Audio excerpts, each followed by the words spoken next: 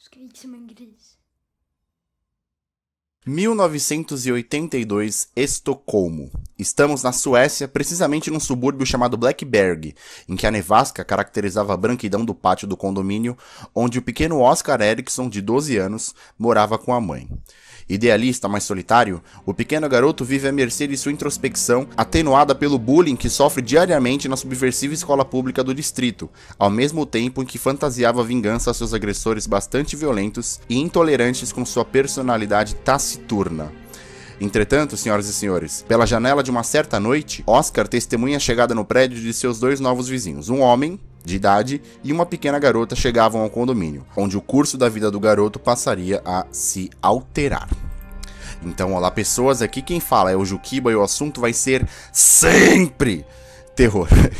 E antes de qualquer coisa, preciso sugerir a vocês que curtam a página do iPanic no Facebook, porque é só lá e apenas lá que vocês vão saber qual o próximo filme que esse canal vai revisar.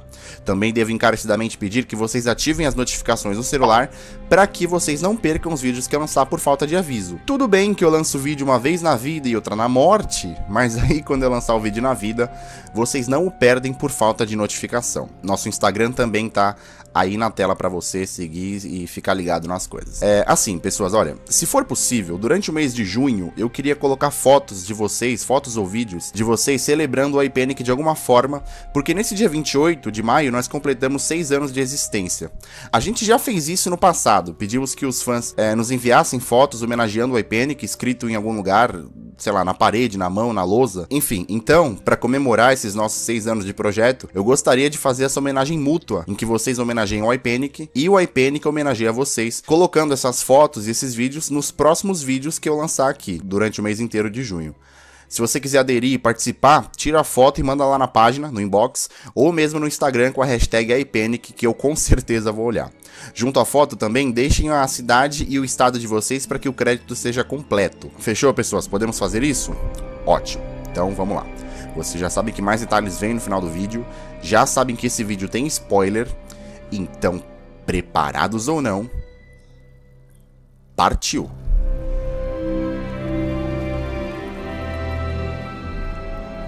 Bom, então acompanhamos a vida e obra do pequeno Oscar, que, como dissemos, em uma certa noite observa a chegada de seus dois novos vizinhos.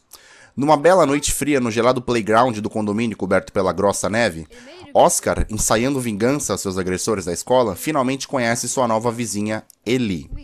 A pequena Ellie, pessoas, se mostrava como uma criança fria, pálida, que demonstrava apatia e feições inexpressivas que pareciam significar ausência de sentimentos. Isso era verificável porque logo em seu primeiro diálogo, Ellie deixava claro a Oscar que não estava ali para ser amiga de ninguém, tornando improvável qualquer tipo de aproximação e, bom, eu também evitaria qualquer tipo de contato, sabe por quê? Hakan era o nome do homem recém-chegado junto com ela ao prédio, e ele nada mais era do que um assassino nato, que emboscava suas vítimas mesmo em público para realizar suas missões sádicas de motivações ainda desconhecidas. Reparem que mesmo a pouca claridade do dia não o inibiu de acometer esse jovem pedestre e, no calar da noite, suspendê-lo pelas árvores para coletar seu sangue o tanto quanto possível, plano que precisou ser suspenso pela aproximação de curiosos. O grande problema, senhoras e senhores, é que mais tarde, ainda na mesma noite, descobriríamos que a motivação do rapaz para cometer aquelas atrocidades era a sua submissão às ordens que a ele eram impostas.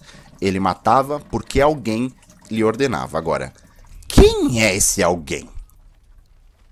Apesar de ter sido totalmente irredutível no primeiro encontro, a pequena Ellie parecia contraditória ao aproximar-se do Oscar no pátio nas noites subsequentes, coisa que ela mesma realçou que não o faria lá no começo. Pontual e gradativamente, duas crianças da mesma idade fatalmente acabariam conversando e se conhecendo, sobretudo numa vizinhança tão hostil e escura. Então quer dizer que dessa vez o encontro entre eles foi mais amistoso, né? E ao que tudo indicava, a pequena Ellie era uma garota também introvertida, mas com um bom coração, certo? Mais ou menos. Quando Oscar precisou voltar para dentro de casa, o cheiro que ele emanava, aliada à sua barriga que roncava de fome, fazia transparecer o que horas mais tarde surpreenderia o mais pessimista dos românticos.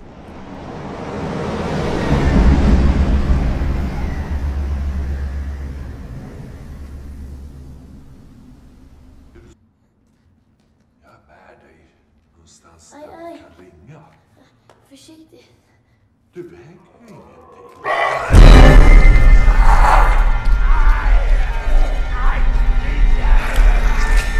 Senhoras e senhores, Eli era uma vampira. Não tô sendo eufêmico não, ela era literalmente uma vampira, que no fracasso de seu tutor para coletar o sangue que lhe serviria de alimento, ela própria se sujeitou ao trabalho sujo e enfiou os dentes no pescoço de um homem da vizinhança embaixo da ponte, onde, apesar de estar bastante escuro, não passou despercebido por um vizinho do condomínio chamado Gosta, que, horrorizado, testemunhou de sua janela aquela atrocidade.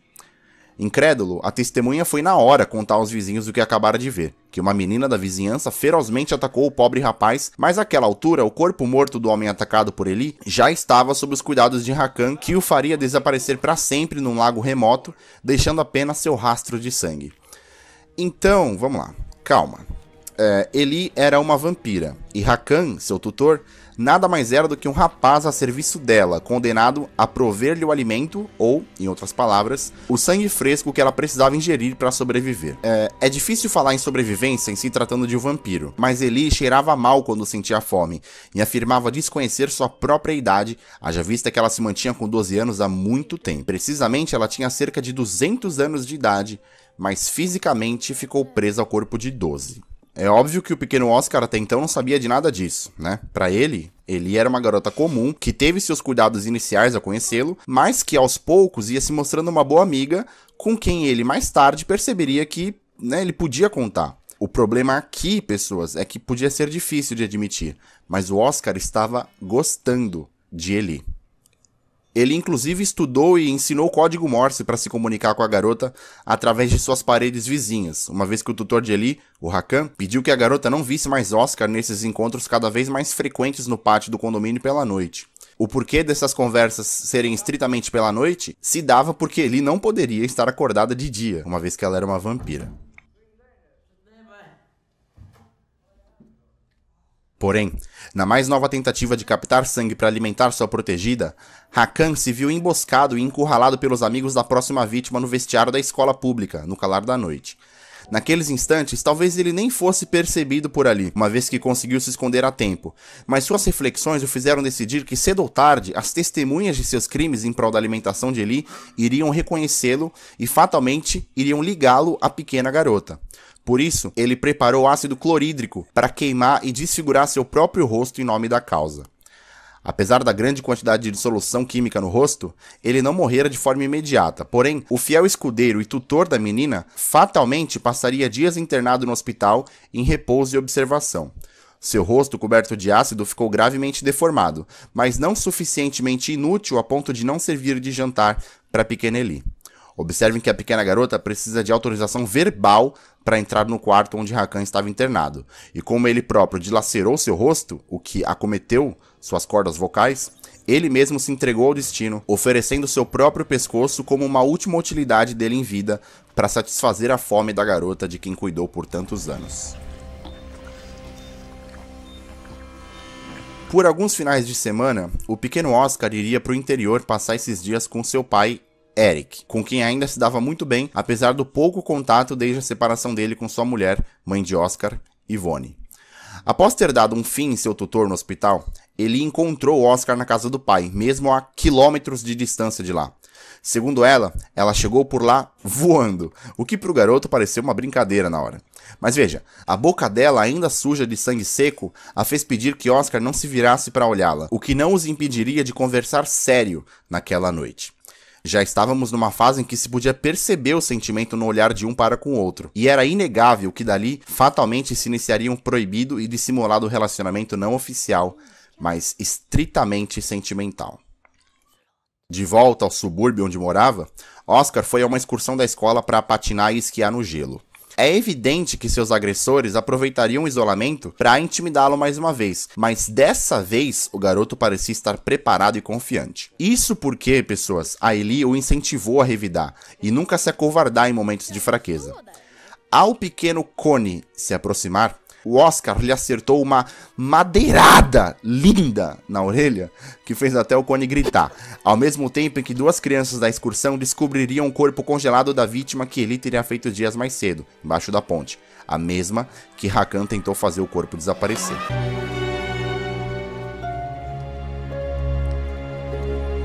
Senhoras e senhores, atenção! Depois da aula de natação, Oscar levou Eli a uma sala escondida no campus para contar-lhe seu bravo feito durante o dia, finalmente batendo de frente com quem tanto lhe incomodava. Nessa sala, pessoas, ocorreu ao garoto a ideia de promover um pacto de sangue, desses que você faz um pequeno corte no seu dedo, na sua mão, junto a um amigo, para selar uma amizade fielmente verdadeira. Oscar não sabia que a pequena Eli não conseguiria se aproximar o suficiente a ponto de sua fome não se manifestar, e fatalmente ela não aguentaria observar tanto sangue desperdiçado escorrendo das mãos de Oscar direto ao chão, para onde ela se curvou e começou a lamber.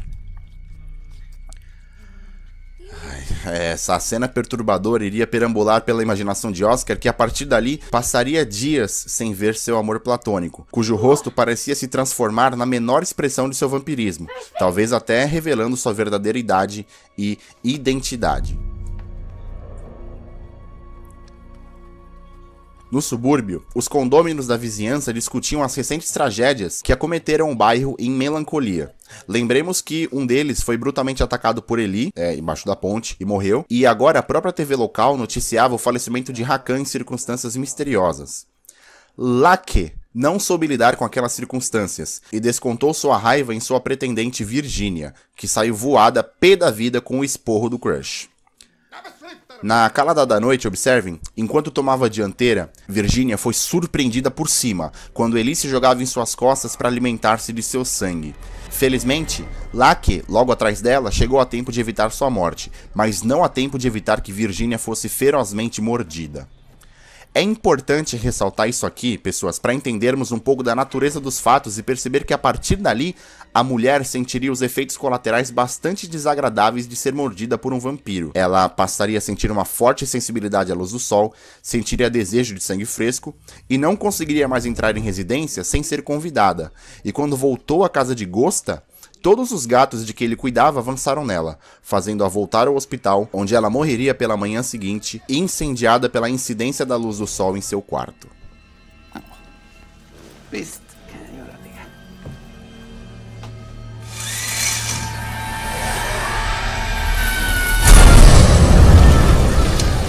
Durante mais um fim de semana na casa do pai, Oscar e Eric estavam jogando quando um amigo bêbado de Eric chega à residência e divide a atenção do anfitrião. É nessa, se sentindo solitário novamente, que Oscar percebe a parceria que Eli representava para ele, e de carona ele conseguiu voltar ao subúrbio para reencontrar seu amor platônico e proibido.